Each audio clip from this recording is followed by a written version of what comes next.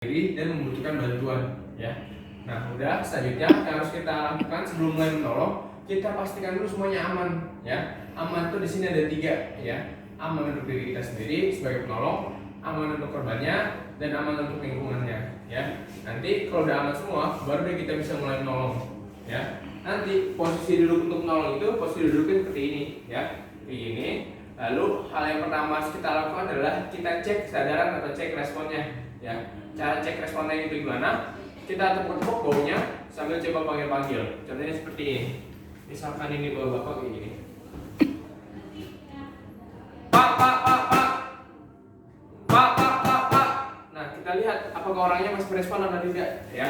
Kalau tidak berespon sama sekali, maka selanjutnya kita cek tanda-tanda vitalnya. Pertama kita cek napas dan nadinya ya. Pertama kita cek napasnya dulu. Cara cek napas itu kita taruh 2 jari kita di depan hidung orang tersebut, kita rasain masih ada hembusan napas atau tidak ya. Nah, setelah kita cek ternyata nggak ada juga, maka kita harus buru-buru mengecek nadinya selanjutnya. Nah, mengecek nadi kan biasanya kalau nggak di tangan, di leher ya. Nah, di sini biasanya itu kita ngecek di leher dan usahain kalau mau ngecek di leher itu posisinya sejajar dengan posisi duduk kita. Maksudnya sejajar itu gimana? Kalau kita duduk dari sini, maka kita harus mengecek itu dari sini ya. Jangan mengeceknya itu berlawanan arah kayak gini. Ya, kalau ngecek kayak gini kira-kira kayak mau ngapain? Iya betul. Oke, ini takutnya orang malah salah paham. Ternyata kita yang ngecekin orang tersebut. Padahal sebenarnya kalau posisi kayak gini, kita mau mengecek nadi pun bisa. Cuma nggak enak aja posisinya, takut orang salah paham doang. Soalnya kan tadi orang pada ngeliatin kita mau nolongin gitu ya. Nah, setelah kita cek beberapa detik ternyata nadinya nggak ada juga, maka kita harus buru-buru deh memberikan bantuan, yaitu tadi CPR atau RJP ya. Caranya itu gimana? Jadi di sekitar perut ini ada tulang rusuk ya. Nah, kira-kira di atas tulang rusuk di sini kita kasih 2 jari di sini kurang lebih. Nah, di tempat ini bakal jadi tempat tumpuan tangan kita di sini. Tangan yang satu lagi kayak gini, tangan yang satu lagi kita genggam kayak gini.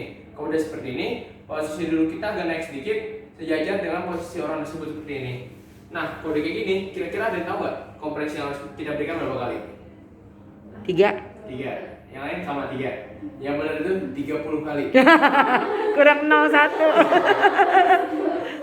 30 kali kita Ya, kompresi dadanya. harus kita hitung gitu ya? Iya.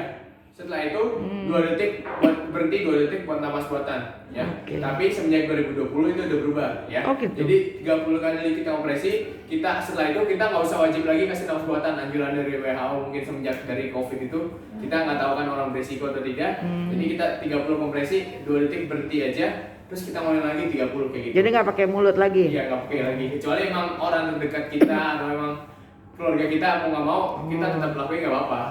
Kalau emang orang nggak dikenal nggak usah. Contohnya kayak ini.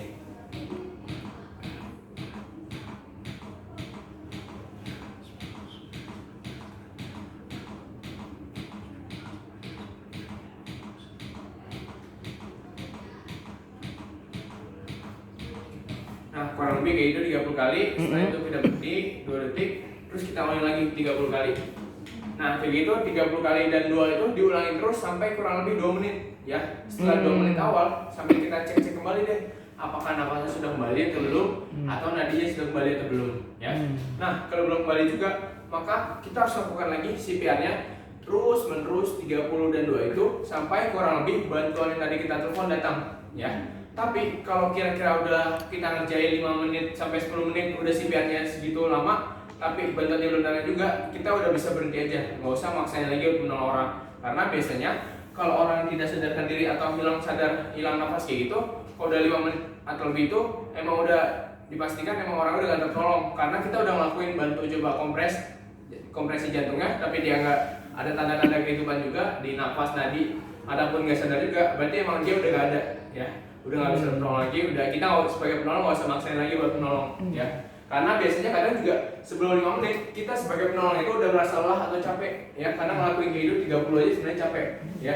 Sebenarnya kalau udah merasa lelah atau capek sebagai penolong itu usahain berhenti aja, nggak usah maksain buat menolong lagi. Kenapa? Karena kita sebagai penolong tadi salah satunya kan harus aman juga ya syaratnya. Nah, takutnya kalau kita sampai kelelahan atau kecapean malah bisa berbahaya buat diri kita sendiri sebagai penolong ya. Karena kalau kecapean atau kelelahan, kebanyakan yang ngelakuin CPR atau RJP nggak bergantian kayak gitu, orangnya habis itu malah pingsan ya, malah kecapean ya. Jadi bukan nyelamatin satu korbannya jadi sadar, malah nambah korban jadi 2 kalau kita pisah juga kayak gitu ya. Nah kurang lebih seperti itu. Teman-teman ada yang mau nyoba CPR-nya?